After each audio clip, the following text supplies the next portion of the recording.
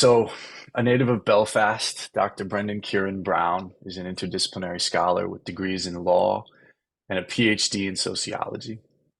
He has held academic and research positions at Queen's University Belfast, Al Quds Bard University, Palestine, and is currently assistant professor of conflict resolution and a fellow of Trinity College Dublin.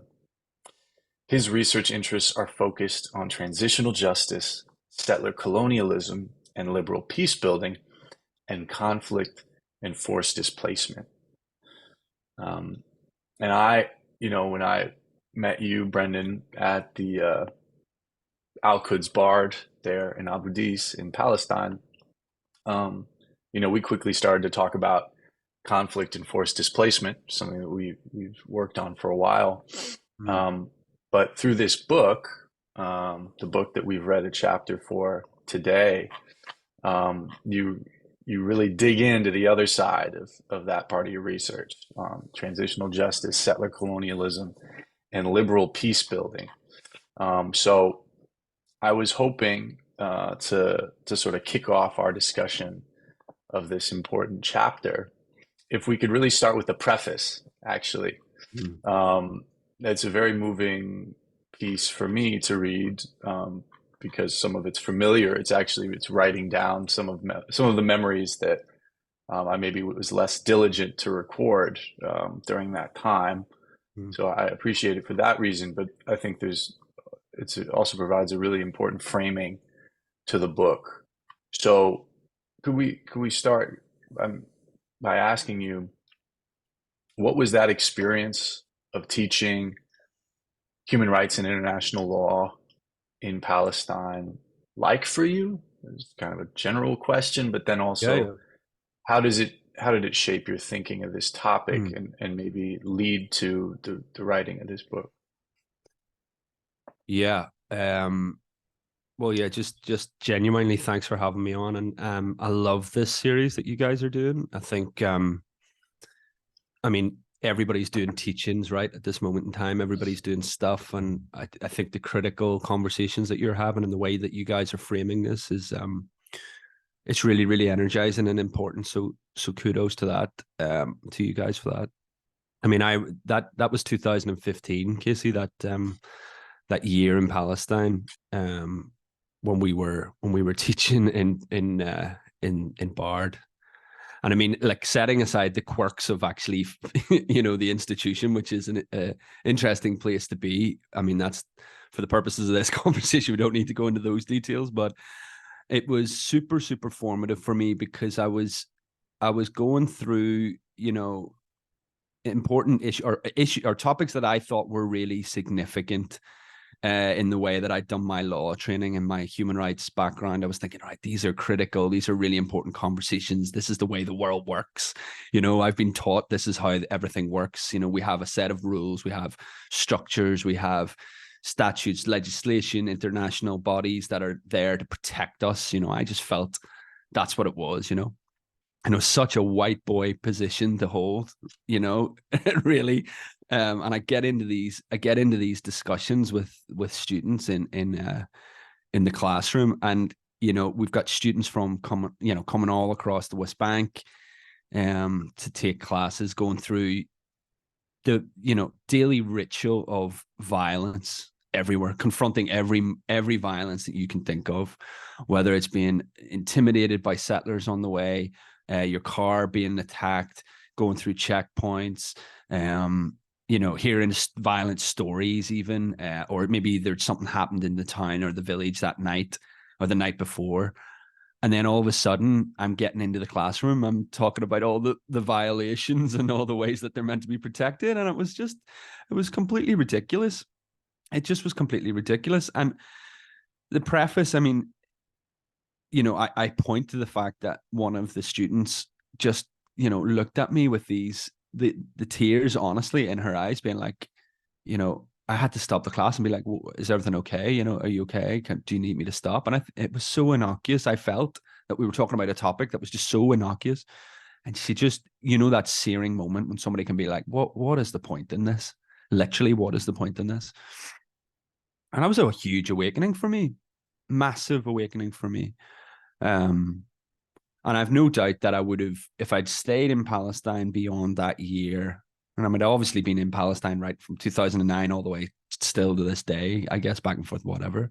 But if I'd stayed in Palestine longer than that 1 year, I'm sure my critical thinking around transitional justice would have warp speed gone really, really quickly, and the book wouldn't have waited until 2023, right? I would have got it out there much quicker. But actually going back to Ireland and then having to work through different things and whatever else, maybe slowed that down a bit. But that experience. That experience was the most formative pedagogical experience of my life, genuinely. And I, it really has shaped my thinking in terms of work that I'm doing up until this point. Yeah, it was such a incredible time and place to be thinking about teaching and also to be thinking in particular about teaching human rights. I mean, it's even in any context, it seems like a strange phrase, but one thing that I definitely took away and absolutely shaped my thinking about everything going forward from that time at Al Quds Bard was the strength of the critique present among the Yeah. faculty and the students of the entire discipline of human rights. Not just, I mean, we're going to get into the critique of transitional justice that you've put Sure. forth so Mm. beautifully here, but just the all of the premises of the human rights model, right? And of 100%. course, we're thinking about Emilio Dabed, we're thinking about Mm. Nicola Perugini, we're Mm. thinking about, so many of the students that came out of that program and went on to be leading figures, right? I mean, Crazy. it's an incredible, it's such a powerful and an important way of looking at, a discipline that can present itself as innocuous, right? Lacking in a power relationship, sort of very liberal, even, and in a context like the occupied West Bank, I mean, it's all revealed to be deeply embedded in a power relationship, right? Exactly. Deeply attached to a certain sort of It's power. just So, completely laid bare, isn't it? It's just mm, there, and it's impossible then for you, or you really got to go through some strange mental gymnastics to be able to stand over the framework then and say, right. and actually, you referenced Noor Erkat's work. I assume it's Justice for Some you guys were reading, That's or right. it's We read the chapter. second chapter, I believe. Yeah. It's probably the most important, in my opinion. It's probably the most important critical legal book on Palestine in years. Right? It's a formative. It's a text that will shape the way we think about things. Now, in her text, she actually was on the Freshly Squeezed podcast with my friend Mohsen Al recently, and she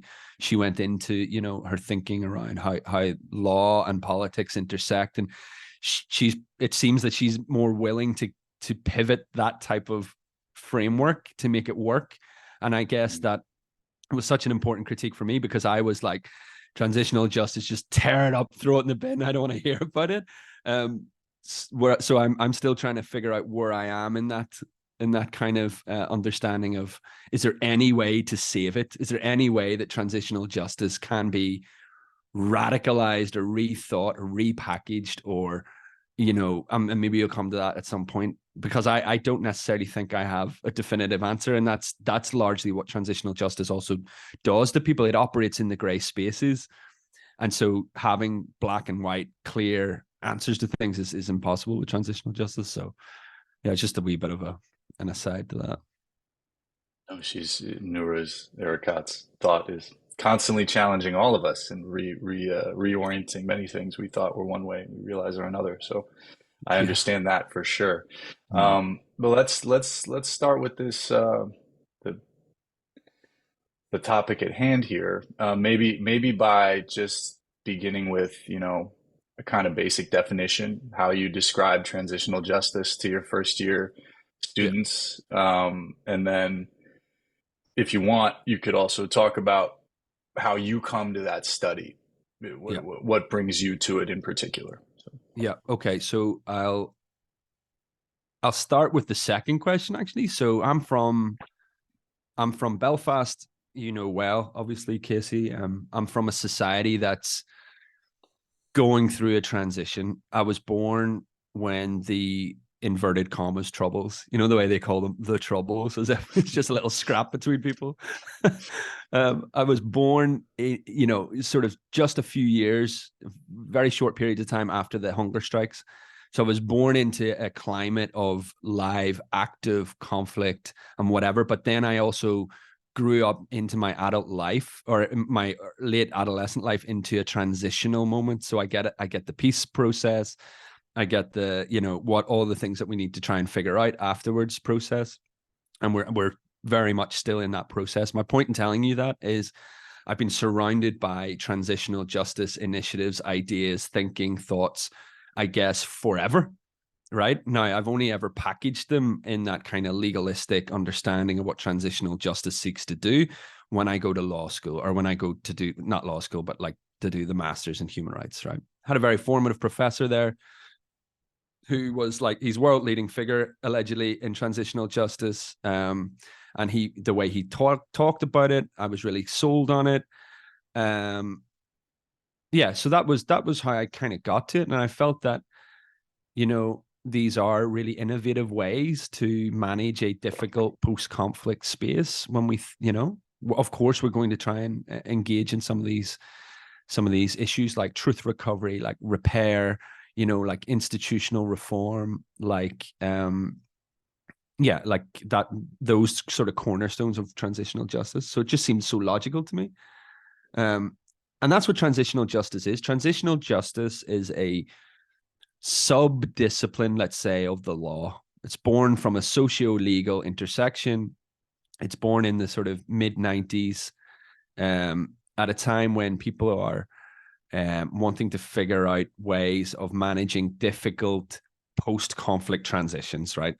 So you've got issues around, for example, Rwanda, the former Yugoslavia, all the stuff that was going on there. And then people beginning to think, like, how do we win the peace? How do we make sure that our post-conflict is embedded and that we don't return back? So then this branch of transitional justice emerges from scholarship done in the United States predominantly. And then it just kind of explodes. You get this transitional justice orthodoxy being broadcast around the world. Like, these are the various things that you need to do to win the peace. And as I say, it's about reparations for victims and survivors of conflict. It's about truth recovery. How do we recover what happened during a conflict? How do we platform those conversations?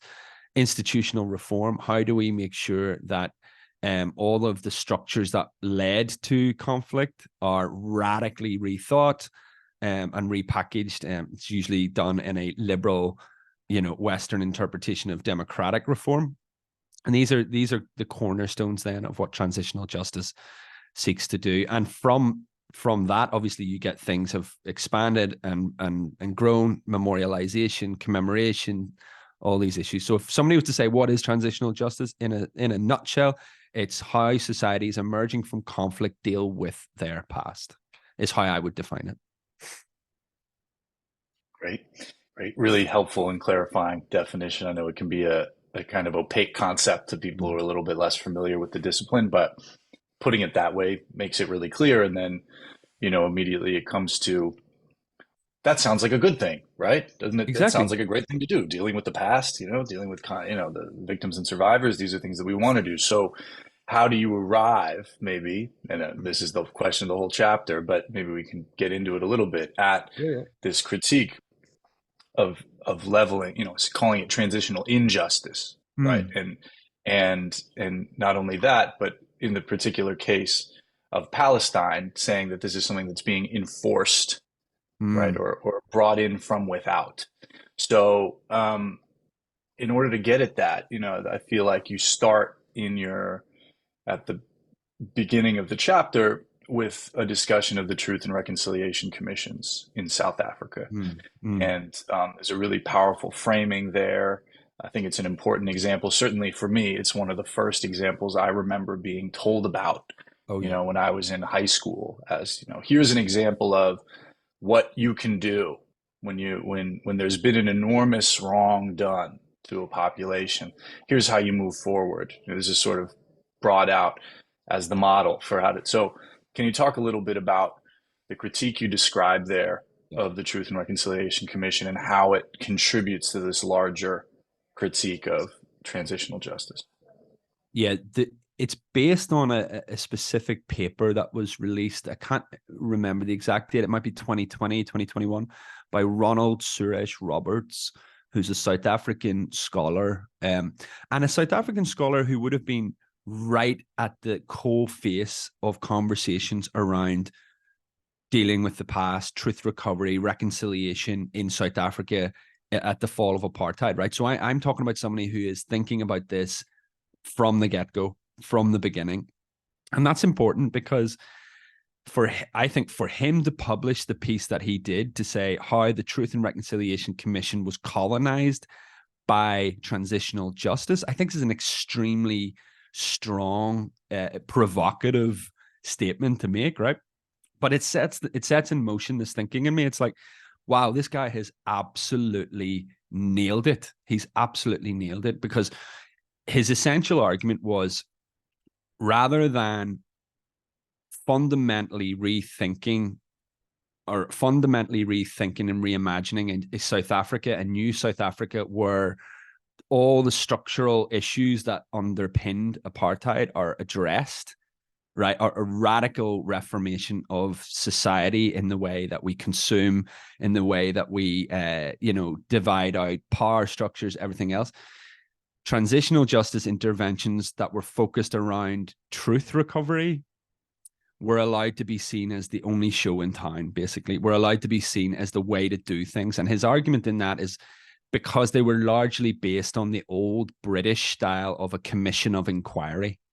So essentially what was happening was you get the moment that apartheid fails, then you get the moment apartheid is completely disrupted and overturned and ended, and then you get then on a layer of bureaucratic truth recovery practice being trialed essentially in that space. And it was almost being promoted as the only way to address these lingering issues. And so his argument is, well, that was a complete mistake.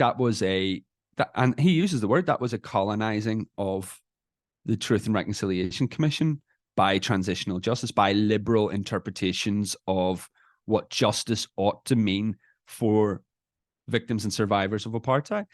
So it was really, really critical framing, and it sets in motion then my thought around Palestine. I'm like, well, actually in Palestine, you're beginning to see people talk about transitional justice because it's been completely subsumed within peace building practice now. Transitional justice, the language of transitional justice, has been swallowed up by the United Nations. It's now being seen as a peace building tool. And if that is happening, we all know the sort of damaging impact of the United Nations and its record in Palestine. So it makes perfect sense then that they would swallow up transitional justice and then try some of these various processes in Palestine. So then I'm thinking, like, okay, well, what does truth recovery look like in the Palestine context? Well, it's the opportunity for, people who engaged in war crimes in 1948 to be able to say what happened, and then there's no justice, there's no land back, there's no trial, there's no whatever. So it's the opportunity to platform awkward or difficult conversations, but without any actual addressing of the issues. And that's happening all the time. We've seen that. Tantura being a perfect example, and one that I go into quite detail in the book on Memoricide. You get that, and then you get things like the flirtation of the International Criminal Court, top down, this idea of international criminal justice that's going to in some way lead to accountability, or in some way hold war criminals to account. And we've seen that has been dangled in front of the Palestinians.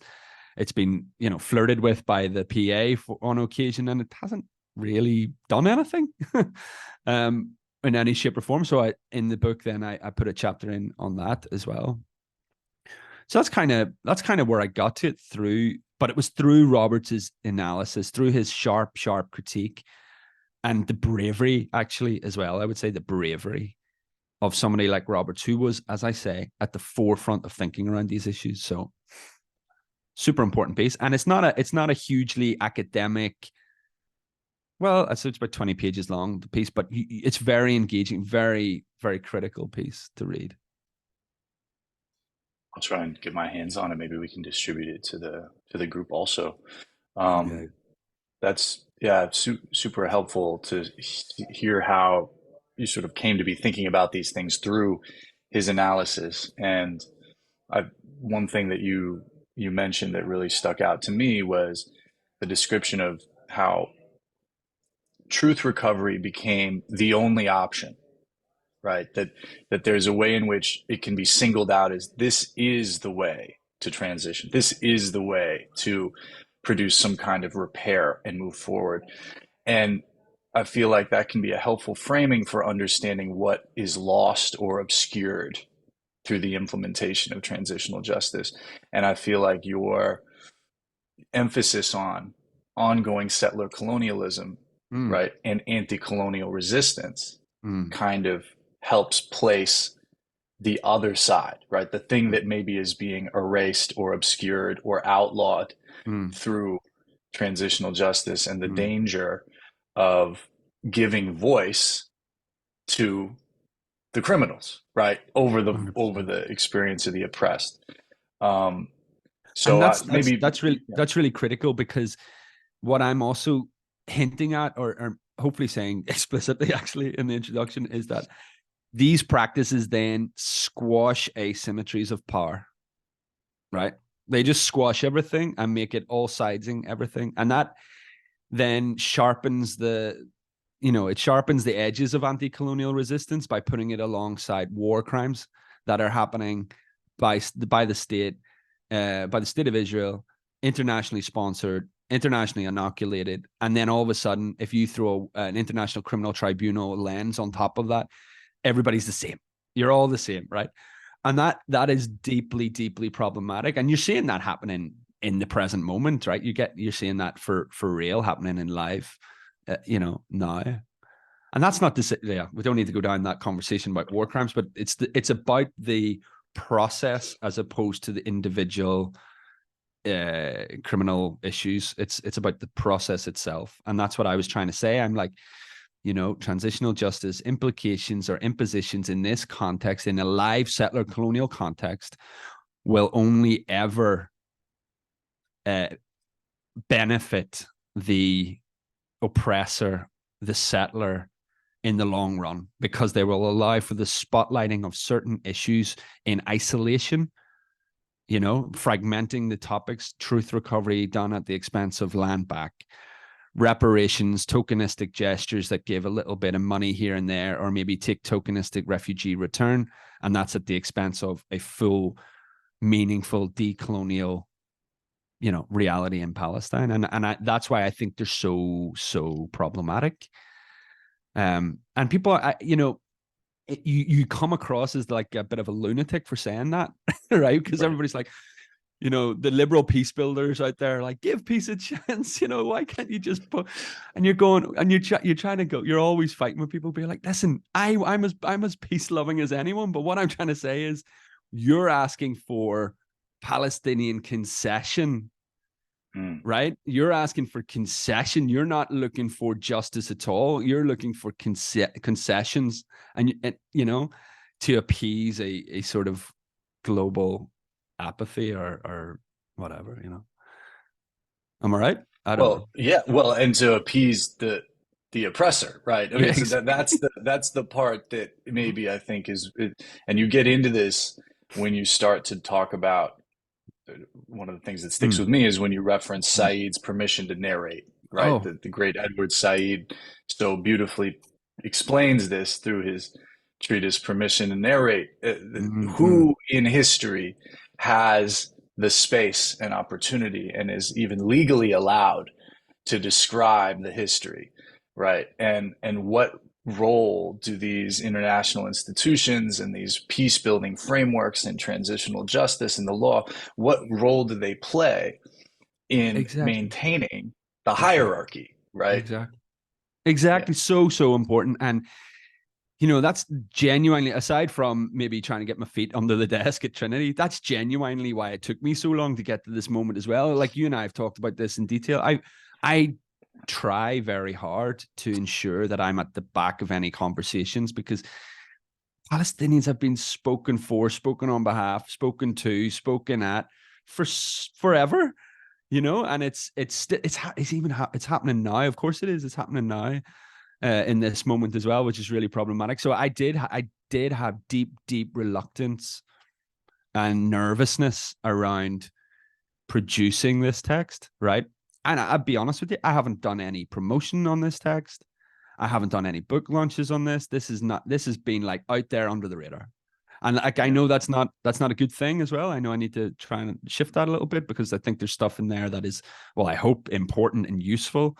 Um, but yeah, you're right. The permission to narrate um theme is super, super present in my mind, and also read alongside Tishepo Madgolinzi's critique, right, which is, you know, transitional justice entrepreneurs go to these spaces and they take the victimhood of the native person, whatever the subaltern, and put it on a pedestal, and say, this is the work that I've done over decades, and blah, blah. And I really struggle with that as well. So his framing alongside Saeed's framing, I think, are really, really critical to be read beside each other.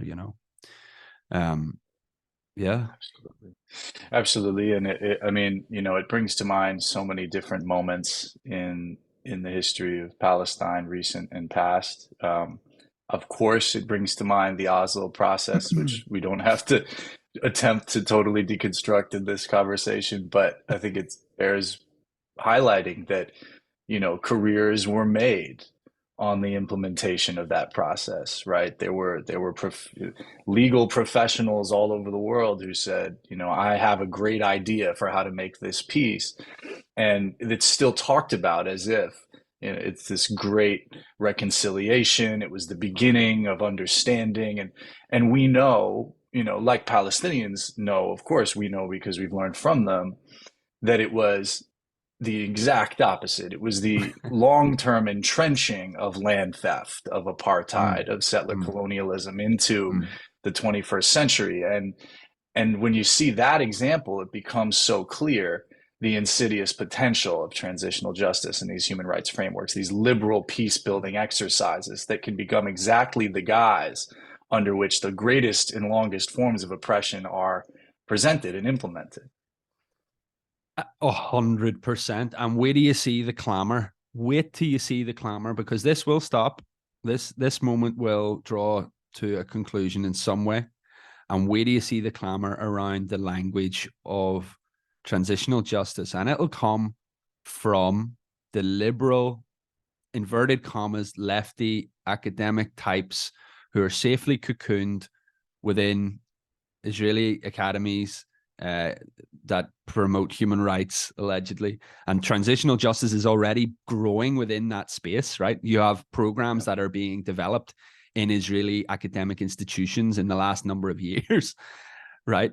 That are focused explicitly on transitional justice. And I would suggest that is because they're well aware of the potential for doing exactly what you just said there.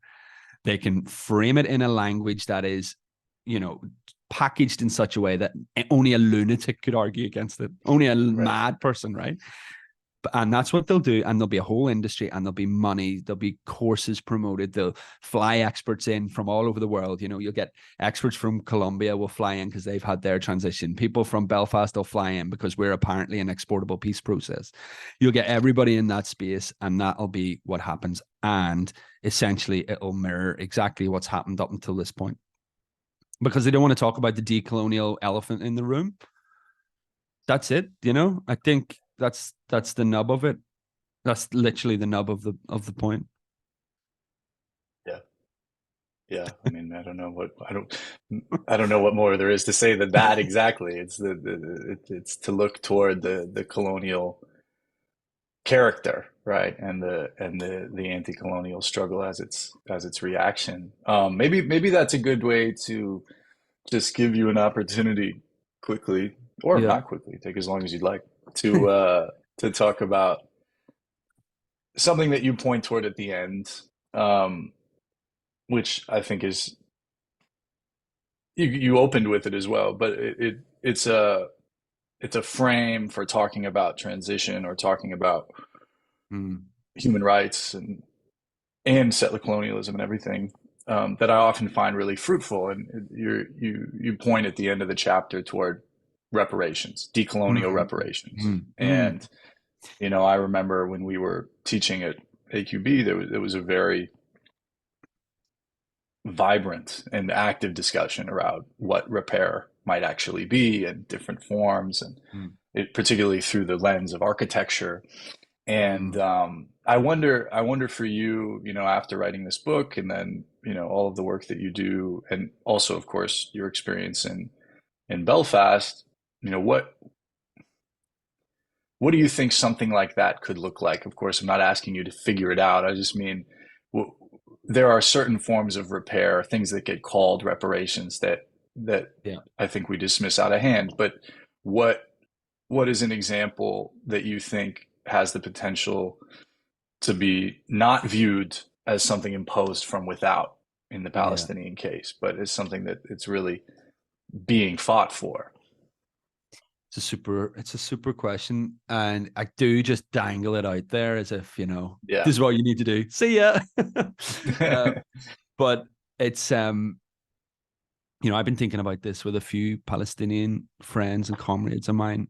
We're pretty far down the line of writing an article on this, an academic Nice. article, but we're at the moment where obviously we're in the moment now. And there's been back and forth and pushback, whatever between each other on this, which is really good. That's great. But I mean, we all start from the basic premise at the top, which is land back, full Yeah. stop. Right? This is a land back conversation, Mm-hmm. and any attempt to sideline that is to fall into the liberal trap of transitional justice, or what all that we've talked up until this point, right?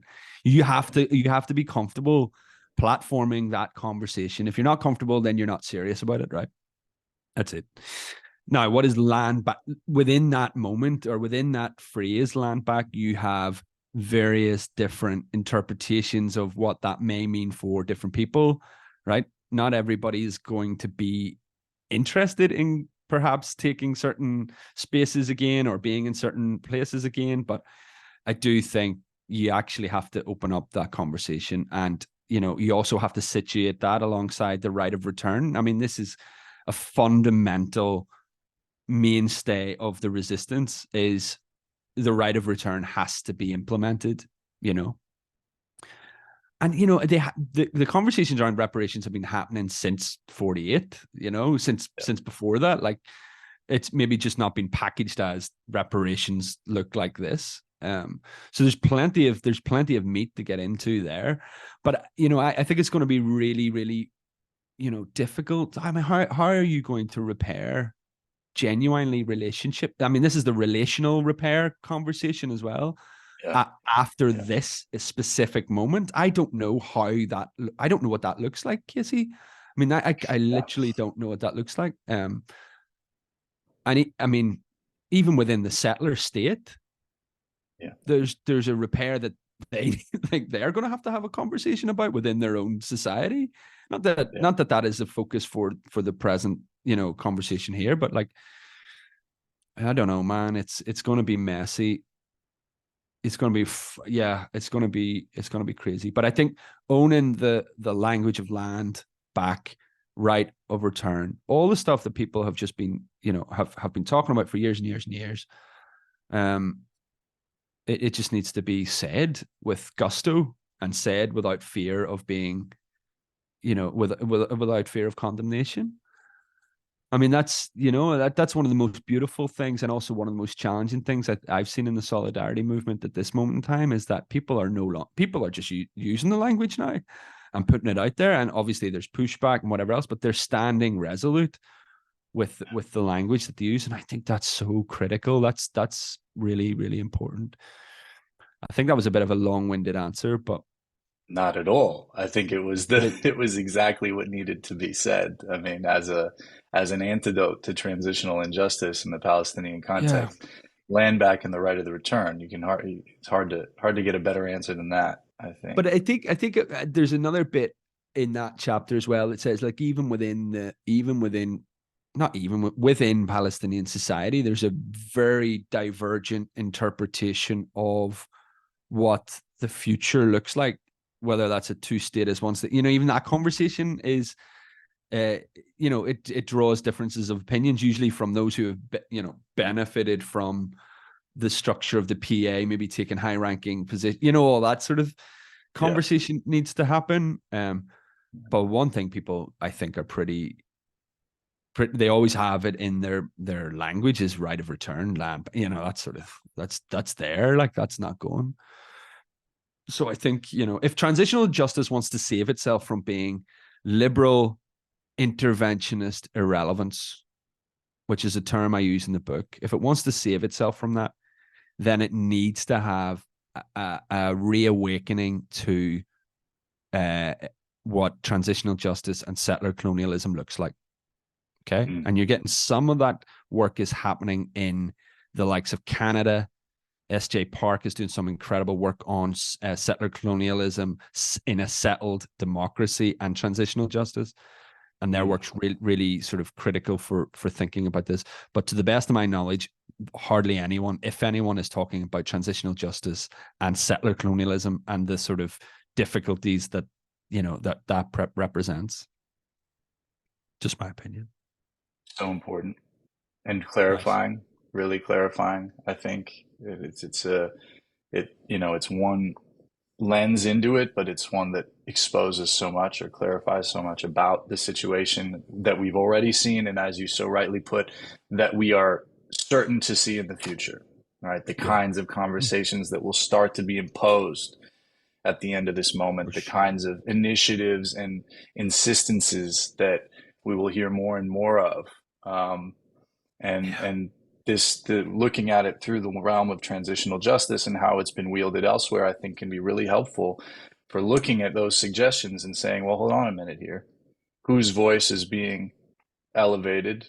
To whose benefit are these conversations being directed?